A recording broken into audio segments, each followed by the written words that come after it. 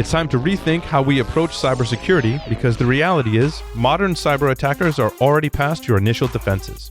ExtraHop helps your security team find and eradicate advanced threats before real damage is done. Protect your enterprise and customers with better defense. Learn more about how ExtraHop stops advanced threats at securityweekly.com/ExtraHop. That's extra HOP. Cybercriminals are working overtime. Last year in the fourth quarter alone, phishing attacks disguised as COVID testing information increased by 521%. Barracuda has identified 13 types of email threats and how cybercriminals use them to steal money from your company or personal information from your employees and customers. Find out about the 13 email threat types and how Barracuda can provide complete email protection for your teams, your customers, and your reputation. Get your free ebook at securityweekly.com/Barracuda. That's securityweekly.com/Barracuda. Cloud security compliance doesn't have to be complicated. Whether your business is migrating to the cloud or a seasoned cloud service provider, Bar Advisory can help you simplify security and compliance frameworks, including SOC, ISO, and HITRUST. As an extension of your team, Bar specialists will put your people first and empower them with the knowledge and tools needed to stay secure and compliant at every stage of your business growth. Learn how Bar can help your company build trust with consumers and become cyber resilient at securityweekly.com/Bar Advisory. That's BARR Advisory. Welcome back to Business Security Weekly. I am your host, Matt Alderman, joined by Jason Albuquerque and Josh Marpet. Don't miss any of your favorite Security Weekly content. Visit securityweekly.com/subscribe to subscribe to any of our podcast feeds and have all new episodes downloaded right to your phone.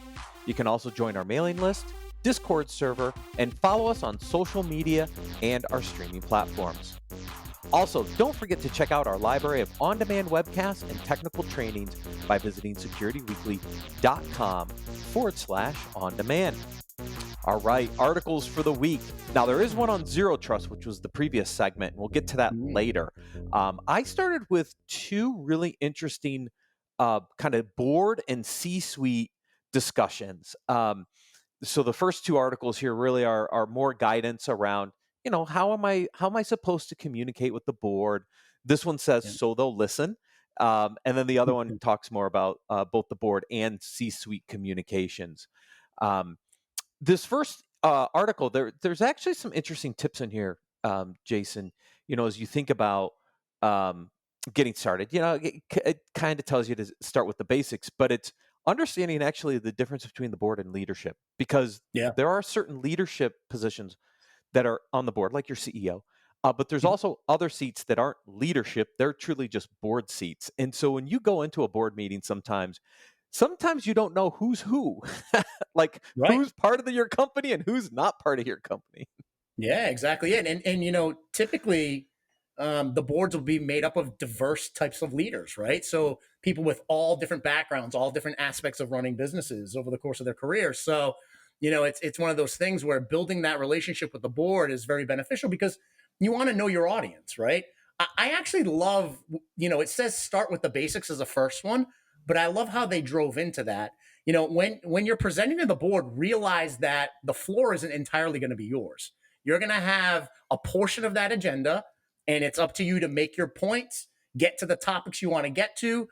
Don't overwhelm them with 300 slides, right? You want 3 to 5 topics that you can nail and get, board consensus on. And just know that you're going to be part of a larger agenda. So don't feel bad that maybe you only have 5 minutes on the floor. That's the way the agendas go. Oh, yeah. Yeah, anybody who's sat in a board meeting before, there's a lot of discussions around the business, revenue, costs, a lot of things that are not related to cybersecurity at all. And then you get this little sliver. 100% in. And the last item where they talk about seize the opportunity, unless cybersecurity is a standing board topic for every board meeting, you may not see them for another year. So that seize the opportunity is something that you definitely want to take advantage of. If there are burning business decisions that need to be made, that's where you want to bring these topics. If there's very high level strategic business goals and outcomes you need to start having conversations around, that's when you bring this to the table, right? So seize that opportunity because you only may meet you may only have the chance to meet the board once or twice a year. Oh, right. Yeah, exactly right. Yeah. The other stakeholders pretty much on a quarterly basis. But you're right. From a cybersecurity perspective, it may be not on a quarterly basis. Yeah, for sure.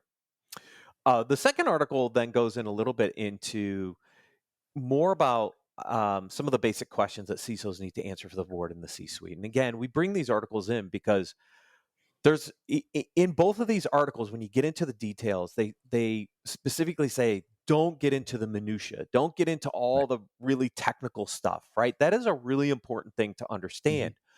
And so the thing that you have to get to very quickly is, what are the key questions that they should have answers to? And the second article goes into some of those questions, I think, a little better than the first article. The first article kind of told you kind of at a higher level what to prepare for and what to avoid. This one gets a little more into some of the questions that might be asked that you should be prepared for when you walk into a board meeting. Yeah, and you know, these questions are dead on. I mean, I've had these conversations before, right? They're going to want to know how effective their program is. You know, the program is to mitigate risk, right? Are they investing in the right places? Where should we be investing? What's the landscape look like these days? And you know, how do we as an organization compare to our competitors and other folks in the industry, right? So that they know, they want baselines, right? They want to know a baseline of where there should be investments, how they should be investing, where their security program should be. So come in with, you know, with detail enough about your industry and where other folks in the industry are taking their cybersecurity programs, because they're going to want to compare and contrast, right, and know where they should be baselining. So yeah, these questions are dead on. I mean, I've heard them many times. Yeah, where I got a little sideways on this article was choosing the right metrics to share, because they start getting into the weeds, like new vulnerabilities discovered versus remediated, patch management, date plans, frequent. That's the minutia. That's the minutia. That you absolutely need to try to figure out how to avoid in the conversation, because for most board members, that's way too much. Number of incidents and vulnerability. Like, no. Those are the old traditional metrics. I think you focus more on the risk-based metrics, which are the ones more towards the top. And they're aligned more to business risk alignment than giving them a readout on vulnerabilities and incidents, because that's just not going to resonate. Matt, you know the old saying, whatever your metric will improve. This is not necessarily good. Yeah. Okay. That's true. And so if you metric the old ones, I like the fact that you called them the old ones. You know, how many vulnerabilities do you have? You'll have people that are like, oh, close the easy ones, because that means the numbers will go down. Yes. And instead, it should be, what's the worst risk? So your point about that is really good. If you focus just on the numbers, you're screwed. You have to focus on the risk. Yeah. And the other side too is just our way of communicating, right? I mean, we've been saying for so long that cybersecurity is not just a technical problem, but when we walk in the door and all we speak is technical, we're going to lose the business folks. We're going to completely lose them, right? We don't want them to turn off. And the second you start going down the technical rabbit hole, they're going to turn off. And we don't want that. We need to be speaking the language of the business. And you want to know what? Those board members have been speaking financial risk for decades. So they know about business risk. Bring that to the table, speak their language. So Jason, what do you think, how much of operational risk do you think they know though? I mean, from a technical perspective, probably very little, but from I would say from a human resources perspective, high. Financial operations, high.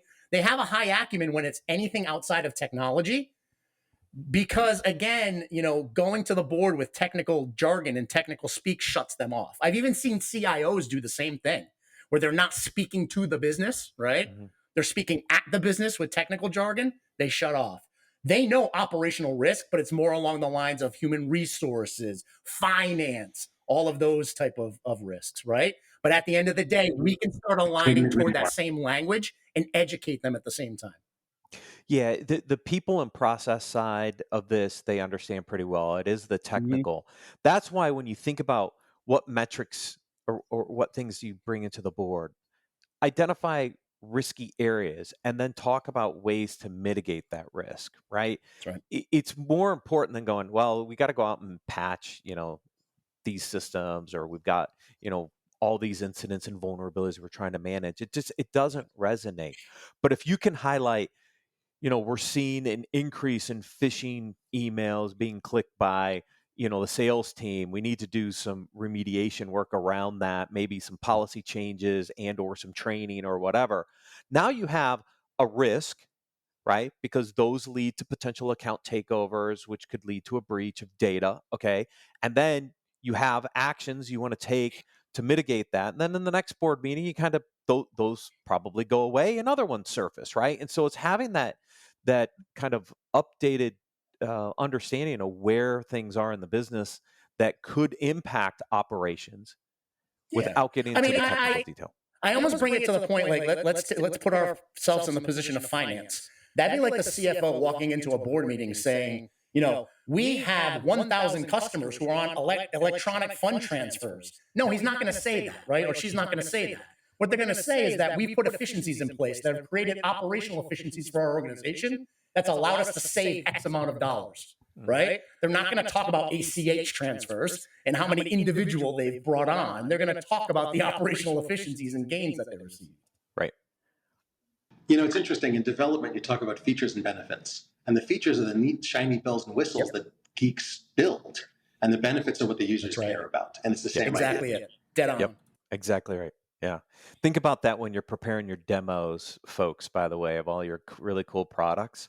Start with the outcomes and the values, not the features. This next article, Inc. Inc. has some really good leadership articles. And I cross every afternoon, I usually check my email and see how the market's doing. And this one stuck out. The number one growth killer is leadership debt. And I went, ooh, what is leadership debt, right? And so I really dug into this article, and it's really intriguing because it talks about startups at different phases and how early on leadership debt is fine, right? That the business can manage it. But as the business gets into a growth phase, it has to bring in other leaders that know how to get the business to the next level, right? And I see this a lot.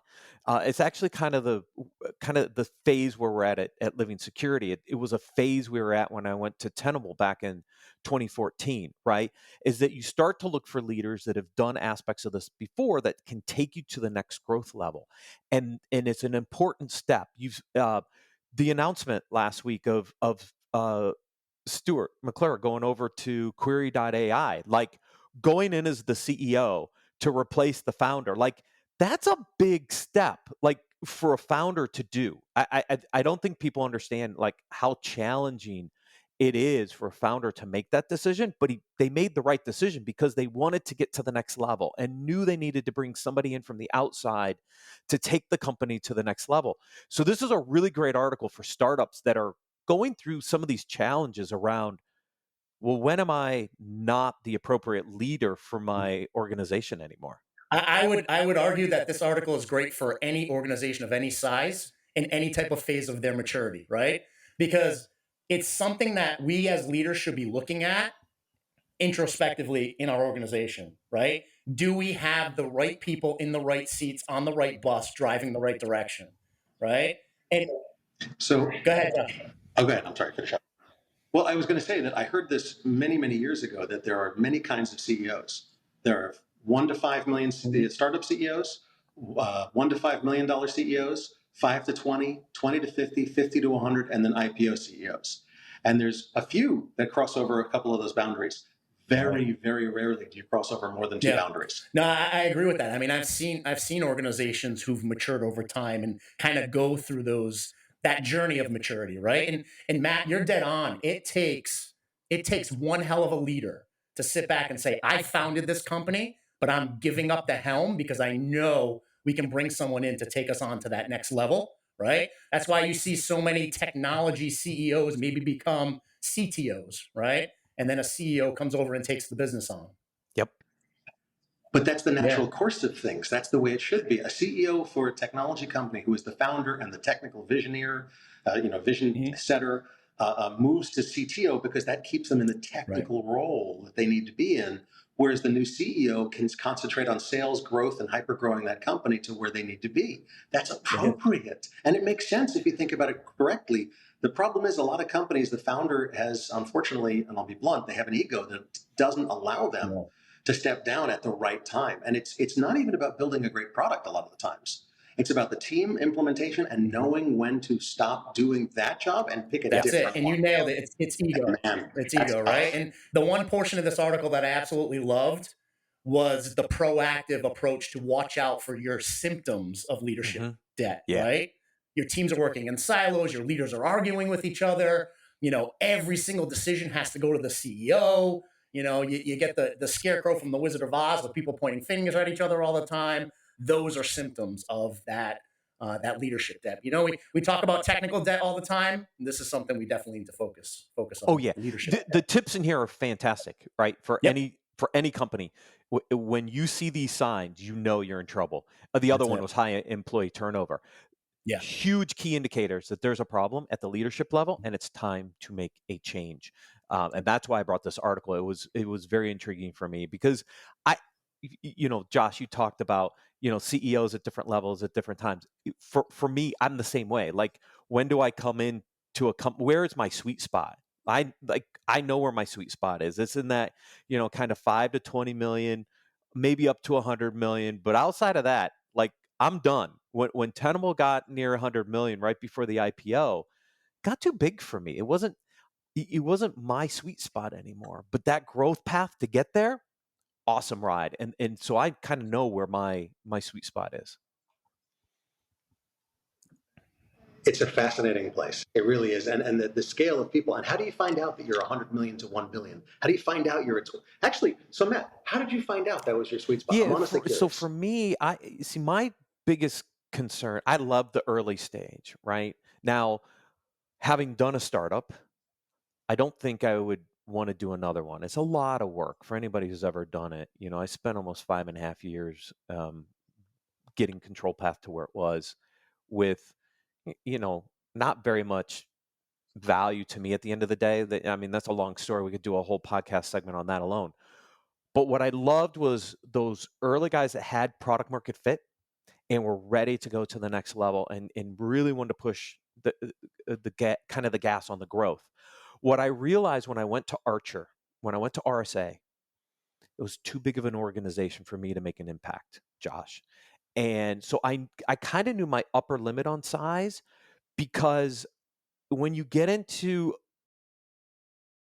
you went, not me, right? Because when you try it and you go through it and then you realize, I can't be successful here, it's time to leave. So I kind of know my kind of size, like company size, revenue size. Then when I get to that level, unless I'm running the ship, and I've never run a company at that size, I don't think personally I can make enough of an impact for it to be worth it for me.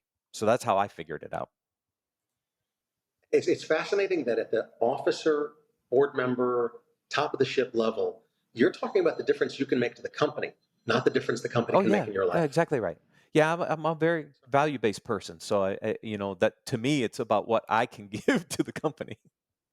Well, we talk about leadership all the time on this show, and when you look at the top of that pyramid, it's a servant leader. That's the top. That's the top of leadership. So that's a prime example of top tier leadership, world-class leadership.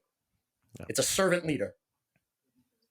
Couldn't say it better. Literally, wow. Perfect, Jason. Perfect. Thank you. So that leads into our next conversation around adaptive leadership theory versus situational leadership theory.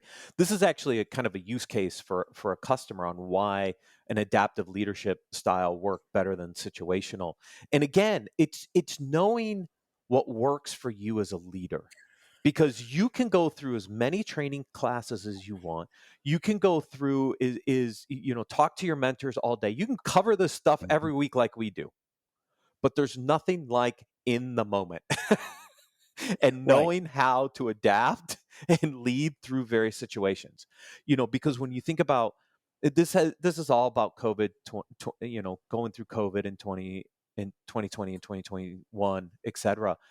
look, we were there as a Security Weekly podcast. We were in the throes of this as well. Like Paul and I had to make very distinct decisions on how to move the business forward. Obviously, we got acquired during that time frame, which means we made some of the right decisions. But everybody, until you're in it, you don't really understand what some of these concepts and theories mean. Yeah, I looked at these and I've gone through my career as a leader, and I said, you know what? There have been situations where I've leveraged adaptive work best practices and situational leadership theory throughout my career. And to be honest with you, almost like a hybrid approach, depending on who I'm speaking to within my organization, the culture of the organization, what leadership style I'm up against, right? I mean, honestly, I feel like you can use both of these theories and switch them back and forth depending on your audience. Yeah, I agree with you, Josh. Jason. I'm actually going through this process right now. This is week 4, right? So I'm still early on at Living Security, and I'm thinking about, okay, that kind of situational leadership journey, right? Mm-hmm. Where right now I'm a little more hands-on, but over time Yep. I want more delegation, and I ultimately want to find my successor.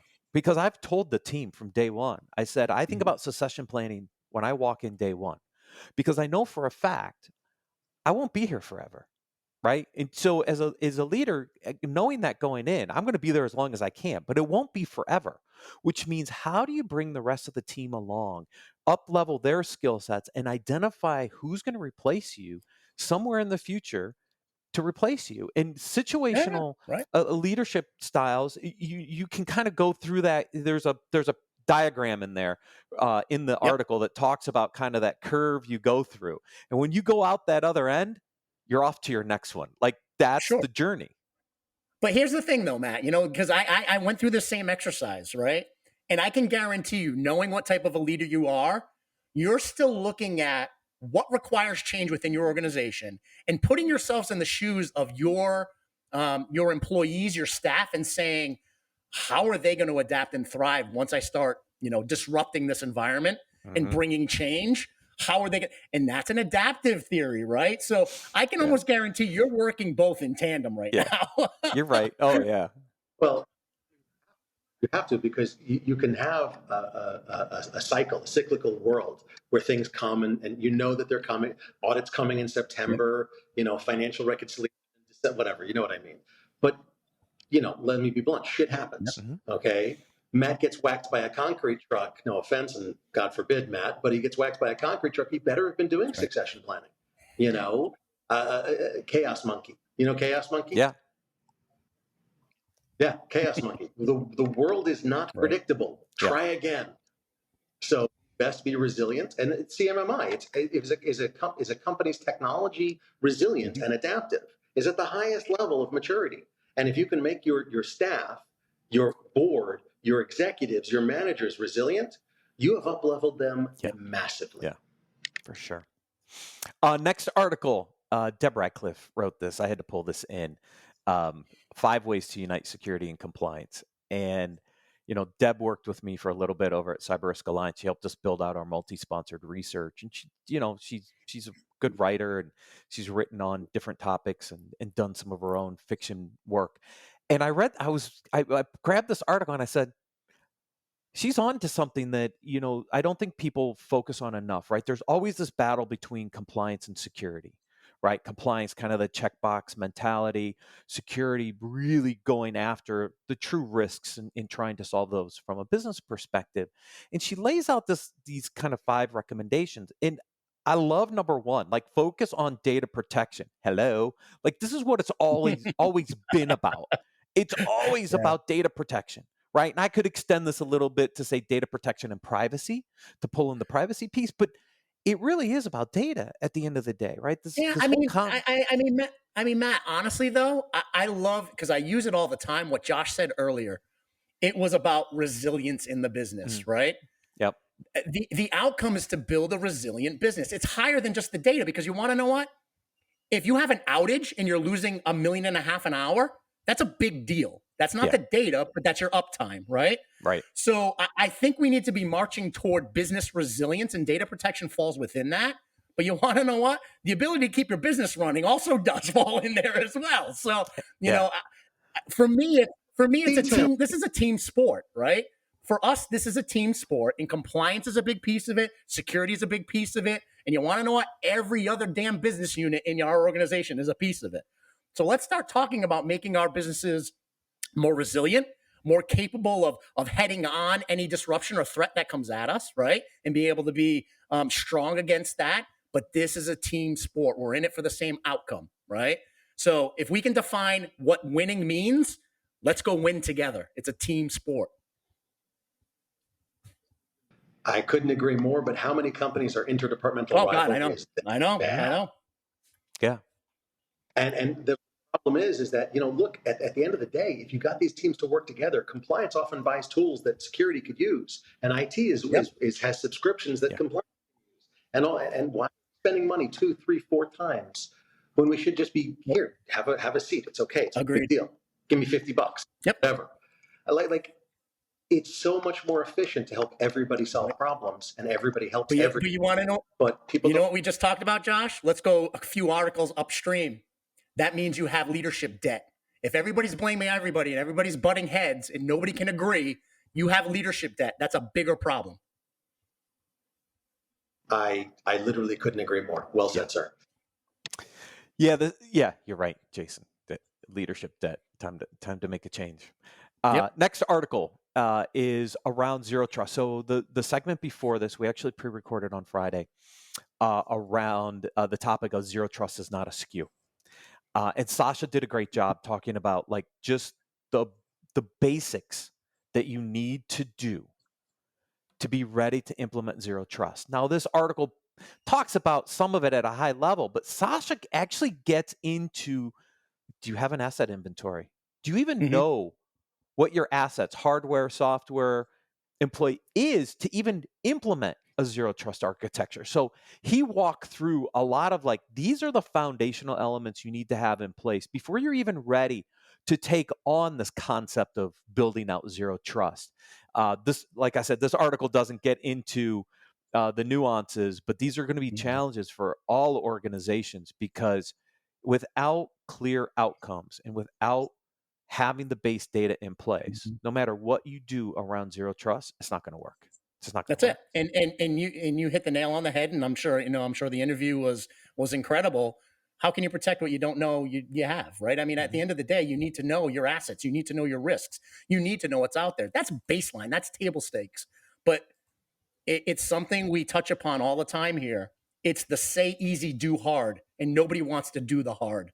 That's the problem, right? Right. Go out and do the hard, and now your zero trust strategy will be, what we've been talking about for a decade. Your zero trust strategy will be stronger for it, right? But at the end of the day, you got to do the hard. You have to go do the hard.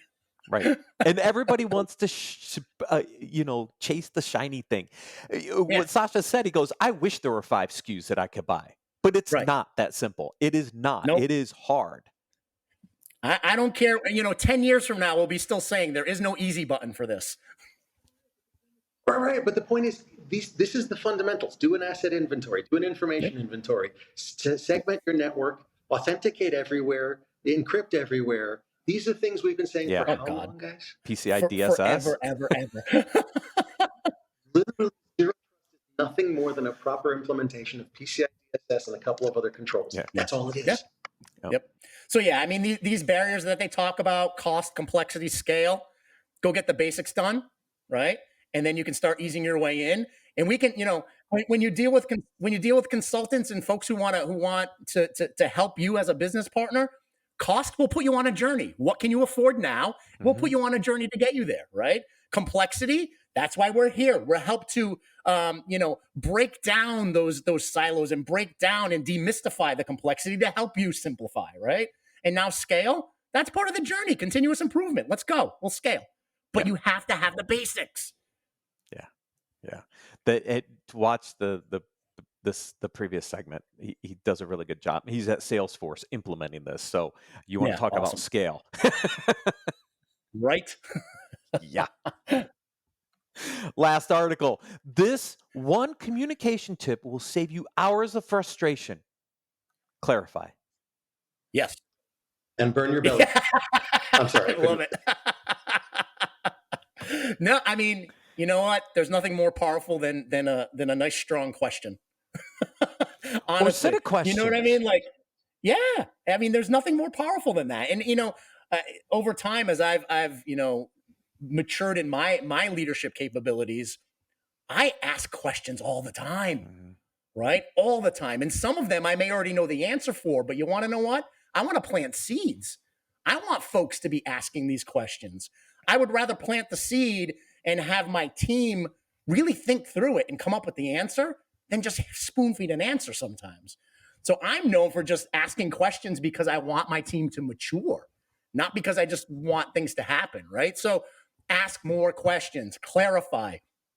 You always have to be looking at the other person's perspective. They're not always on the same wavelength as you, right? You're not the same brain. You're not the same person. So asking pointed questions helps you get to the answer quicker. I literally have one name to put out there that I think you will just die laughing, because it's exactly, we've been saying this was Dale Carnegie, guys. Right. Yes. Dale Carnegie said, if you don't ask the question, you're not going to get the answer. And you never know what you're going to get when you ask a question, but ask questions of everybody you work with. He said it, what, 50 years ago, 70 years ago? Yeah. Not only do I, because I've been asking a lot of questions in my first 3 weeks because I'm learning. The other thing I do is I go listen to the meetings with our customers and see what questions they're asking. Because I want to know what their questions are, right? If you're in a role like I am, which is a product role, or in a services role like Jason, right? What are their questions? What problems are they trying to solve? If we know that better and have clarity around that, we're going to build better products and services. And that pretty much equates to the entire US economy. All day long. Which, that leadership should be recording sales calls and listening to them. And when you're commuting to and from work, or to pick up your kid at the daycare or whatever, you should be listening to the recorded sales calls to hear what feedback, what questions your prospects, customers, tech support calls. I cannot tell you how much information I've gotten out of those things over the years, which is why don't cheap out, and sounds stupid, don't cheap out on your phone system. No, make sure you can record the calls and listen to them. It's not to hurt your salespeople, it's to help them. I mean, at the end of the day, it's priceless information to have the feedback from your customers, right? Because you're living in a bubble if you're not taking customer feedback, right? You're just living in a bubble, and eventually it's going to catch up to you. Here's a novel idea. Have a client advisory board where you bring people in and you actually listen to them, right? Listen to their wants and needs and gripes and complaints. And then you have strategic information to help you improve as a business. Absolutely. You're there to serve clients, right? So serve them by listening to them. Oh my God, what a radical idea. Radical idea. Gentlemen, always a pleasure. Thank you for joining me today. Thank you everyone for watching and listening. We'll see you next week on Business Security Weekly.